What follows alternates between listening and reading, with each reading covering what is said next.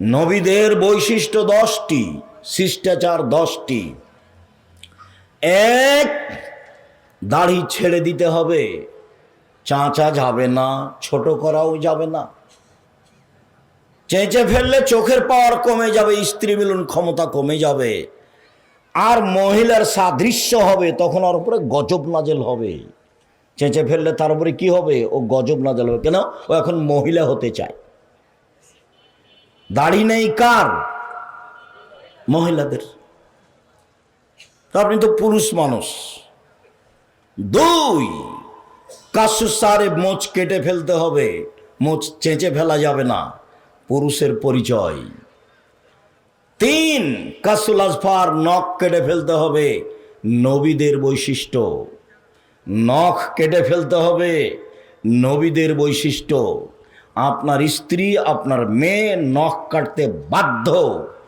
যদি নখ বড় আছে, নেইল পালিশ আছে, বুঝবেন এই মেয়ে শিক্ষিতা নয়।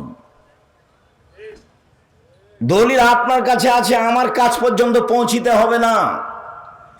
ইহুদি খ্রিস্টানদের পতিতালয়ের মেয়েরা নখে নেইল পালিশ দেয়। ইহুদি খ্রিস্টানদের পতিতালয়ের মেয়েরা নখে নেইল পালিশ দেয়। ইহুদি খ্রিস্টানদের পতিতালয়ের মেয়েরা নখে নেইল পালিশ দেয়। মুসলিম মহিলাকে হাতে মেহেদি দিতে হবে, হাতের নখে তো দিতে হবে, পায়ের নখেও দিতে হবে, দিতে বাধ্য। হাতের নখে তো দিতে হবেই, মহিলাদেরকে পায়ের নখেও মেহেদি দিতে হবে। নাকফুল বেতে বগলের লোম উঠিয়ে ফেলতে হবে, ব্লেড ব্যবহার করা যাবে না, নারী পুরুষ একই হুকুম। হালাকুল আনাতে নিচের লোম পরিষ্কার করতে হবে, ঊর্ধ্বে টাইম 40 দিন, পুরুষ নারী একই হুকুম। পেশাব পায়খানার পরে পানি দিয়ে পবিত্রতা অর্জন করতে হবে, নবীদের বৈশিষ্ট্য। পানি না থাকলে ঢেল টিস্যু পেপার, সেটা ভিন্ন কথা। পানি থাকা সত্ত্বেও ঢেল টিস্যু পেপার নিয়ে 40 কদম হাঁটা, খক খক করে কাঁসা, পায়ের উপরে পা তোলা, এইটা একটা বেহায়াই। যদি এটাই হয়, তাহলে আপনি পবিত্রতা অর্জনের জন্য জান্নাত পাওয়ার আশায় 40 কদম হাঁটেন, আপনার বউ ঢেল নিয়ে হাঁটে না কেন? বলে ও হাঁটলে কেমন কেমন লাগবে দেখতে। তো ও হাঁটলে যদি কেমন কেমন লাগে দেখতে, তো আপনিও যখন হাঁটেন তখন তাকে দেখতে কেমন কেমন লাগে? একই ব্যাপার। আপনি আর ও, মহিলার পুরুষ ভিন্ন ভিন্ন, জুতা স্যান্ডেলও ভিন্ন। আয়েশা রাদিয়াল্লাহু তাআলা আনহা বলেন, যেসব মহিলারা পুরুষের জুতা স্যান্ডেল পরে ওদের উপরে অভিশাপ। যেসব মহিলারা পুরুষের জুতা স্যান্ডেল পরে তাদের উপরে অভিশাপ। আবু হুরায়রা রাদিয়াল্লাহু তাআলা আনহু বলেন, রাসূল সাল্লাল্লাহু আলাইহি ওয়াসাল্লাম বলেছেন, মান তাসাব্বাহা বিকওমিন ফাহুয়া মিনহুম। চলা ফিরায়, খানা পানিতে, উঠা বসাতে, পোশাক আশাকে, কলম খাতাতে, প্রতিষ্ঠানের নিয়ম নীতিতে খ্রিস্টানের সাথে মিশে যাবে তা যারা, তাদের কিয়ামত হবে তাদের সাথে।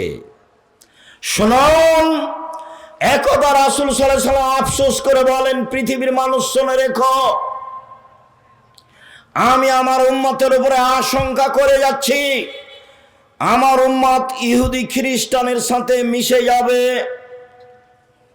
ডান পায়ের জুতা যেমন বাম পায়ের সমান, বাম পায়ের জুতা যেমন ডান পায়ের সমান, চাল চলনে, কথাবার্তায়, পোশাকে আশাকে, নখে দাড়িতে, খাতা কলমে, শিক্ষা প্রতিষ্ঠানে, কোর্টে কাচারিতে তাদের সাথে মিশে যাবে সমান সমান। এবার তিনি নিচের দিকে নামতে লাগলেন, নামতে নামতে নামতে বলছেন, পৃথিবীর মানুষ শুনে রেখো, ইহুদি খ্রিস্টান যদি মার সাথে জেনা করে থাকে, তো আমার উম্মতও তাদের সাথে মিল দিতে গিয়ে মায়ের সাথে জেনা করবে।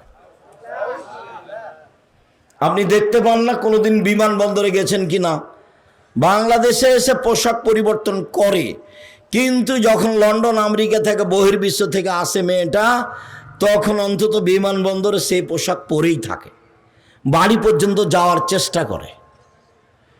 ও ভেবেছে ইহুদি খ্রিস্টানদের মতো ল্যাংটা হয়ে থাকায় আমার আদর্শচ্যুত করেছে তার বাপ, আদর্শচ্যুত করেছে তার মা।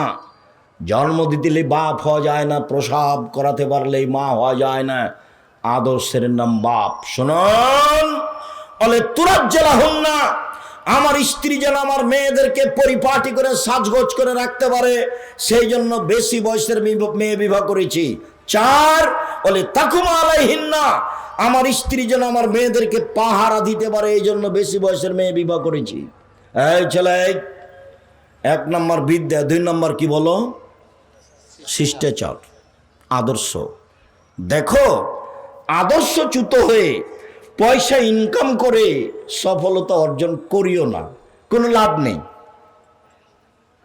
দেখো, বিদ্যা অর্জন করলে জাতির উপকার করতে পারলে না, টাকা মেরে খেয়ে বললে আমি বড় ইঞ্জিনিয়ার, কি করলে জীবনে?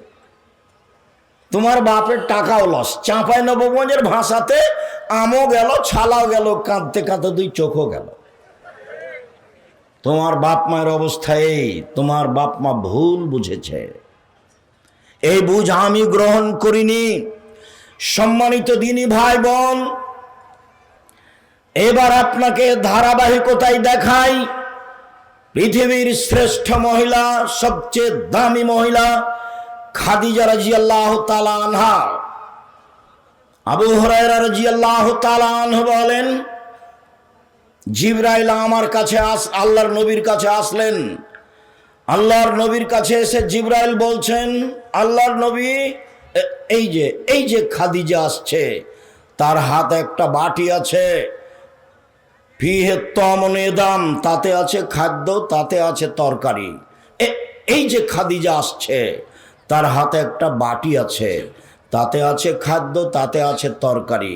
ফাইজা আতাতকা, যখন খাদিজা আপনার কাছে চলে আসবে, জিবরাইল বলছে। কে কাকে বলছেন? জিবরাইল আলাইহিস সালাম আমাদের নবী মুহাম্মদ সাল্লাল্লাহু আলাইহি সাল্লামকে বলছেন, এই যে খাদিজা আসছে, তার হাতে একটা বাটি আছে, তাতে খাদ্য তরকারি আছে, আপনার জন্য নিয়ে আসছে। তো আপনার কাছে আসলে বলবেন, খাদিজা ফাকরা আলাইহা সালাম মিন রাব্বিহা, আপনি তাকে বলে দিবেন, খাদিজা আল্লাহ তোমাকে সালাম দিয়েছে। বলিয়েন, খাদিজা জিবরাইল তোমাকে সালাম দিয়েছে। অবাসর হবে বাইতিন ফিল জান্নাহ মিন কাসাবিন লা সাকাবা ফিহি ওয়ালা কাসাব, আর এমন একটা জান্নাতে ঘরের কথা বলে দিবেন, যেই ঘরটা তার জন্য আল্লাহ হীরা মুক্তা মাণিক্য দ্বারা তৈরি করেছেন, যাতে কোনো হইচই নেই, যাতে কোনো কষ্ট ক্লেশ নেই, যাতে কোনো হইচই নেই, যাতে কোনো ক্লান্তি নেই। এক, আল্লাহ সালাম দিয়েছে। পৃথিবীর কোনো মহিলা আল্লাহর পক্ষ থেকে সালাম পায়নি। 2, জিবরাইল সালাম দিয়েছে। 3, জান্নাতে একটা ঘর তৈরি করা হয়েছে। আসিয়া দামি মহিলা, ফেরাউনের স্ত্রী, উনি বলছেন যে জান্নাতে ঘর বানান, আর জিবরাইল এসে আমাদের নবীকে বলছেন যে আল্লাহ জান্নাতে ঘর তৈরি করেছেন। এবার তফাৎ বুঝেন। এই ছেলে, ওই যে কম বুদ্ধির ছেলে পাশ থেকে উঠছে, ওটা আপনি খেয়াল করেন না কেন? আমি তো আর কোনো কেচ্ছা কাহিনী নিয়ে আসিনি। আপনি ভদ্রতা বজায় রেখে কিছুক্ষণ অপেক্ষা করবেন। আমি আপনার বিদ্যার উপরে মাঝে মধ্যে আঘাত করতে চেয়েছি। কেন? যেই বিদ্যা আপনার ক্ষতি করে সেই বিদ্যা মূলত বিদ্যা নয়। আপনি বাংলা ইংরেজি শিক্ষা অর্জন করেন, কিন্তু জাতির উপকারার্থে করেন। কার উপকারার্থে? জাতির উপকারার্থে। আরে পয়সা তো হিন্দুরও আছে, পয়সা তো ইহুদি খ্রিস্টানদেরও আছে, টাকা তো ওদের, পৃথিবী তো তাদের। ওই নবীর যুগেও ছিল পৃথিবী তাদের, আজও পৃথিবী তাদের। তো আপনি মধ্যখানে এসে তাদের সাথে মিশে যে কি করছেন, এবার দেখেন। রাসূল সাল্লাল্লাহু আলাইহি ওয়াসাল্লাম বলছেন, পৃথিবীর মানুষ শুনে রেখো, লা তাত্তাবিউনা সুনানা মান কানা ক্বাবলাকুম, তোমরা ইহুদিদের খ্রিস্টানদের সাথে মিশে যাবা। শিবরান বে শিবরিন, ডান হাতের বিঘত যেমন বাম হাতের সমান, সমান সমান মিশে যাবা। 2 জেরান বে জেরাইন, বাহু যেমন বাহুর সমান। 3 ডান পায়ের জুতা যেমন বাম পায়ের সমান, তেমনি মিশে যাবা। এবার নিচে নামতে লাগলেন। শোনো শোনো শোনো, খারাপ হতে হতে হতে একেবারে একেবারে নিকৃষ্ট প্রাণী গুই সাপ। গুই সাপ, ইহুদি খ্রিস্টান যদি গুই সাপের গর্তে ঢোকে তো হারাম উপার্জন করতে করতে ওদের পোশাক পরতে পরতে তোমরা ওই গুই সাপের গর্তে ঢুকে যাওয়া। গুই সাপের গর্তের আবার কি সমস্যা? কেন তিনি বললেন? কেন তিনি বললেন? কেন তিনি গুই সাপের কথা বলবেন মুহাম্মদ সাল্লাল্লাহু আলাইহি সাল্লাম? তার মানে নিচে নামতে নামতে, হারাম খেতে খেতে, নিয়ম নীতি নিজের পাল্টাতে পাল্টাতে এমন ভাবে পাল্টে যাবে যে এই একটা প্রাণী ওর গর্তে যদি ইহুদি খ্রিস্টান ঢোকে তো আমরা তাল মিলাতে মিলাতে আমরাও গুই সাপের গর্তে ঢুকে যাব। মুহাম্মদ সাল্লাল্লাহু আলাইহি সাল্লাম বলছেন, পৃথিবীর মানুষ শুনে রেখো, আমার উম্মতের উপরে আমার বড় ভয় আশঙ্কা। 1 ভ্রান্ত হুজুর, 2 সাত্তালতাহিকু কাবাইলু মিন উম্মতি বিল মুশরিকিন, আমার উম্মত হিন্দুদের সাথে মিশে যাবে, এইটা আমার ভয়। 3 সাত্তাবুদু কাবাইলু মিন উম্মতি আল আওসান, আমার উম্মত মূর্তি পূজা করবে। বাড়িতে আছে ছবি মূর্তি, নেতা নেত্রীর আছে, তোমার বাপ মায়েরও আছে।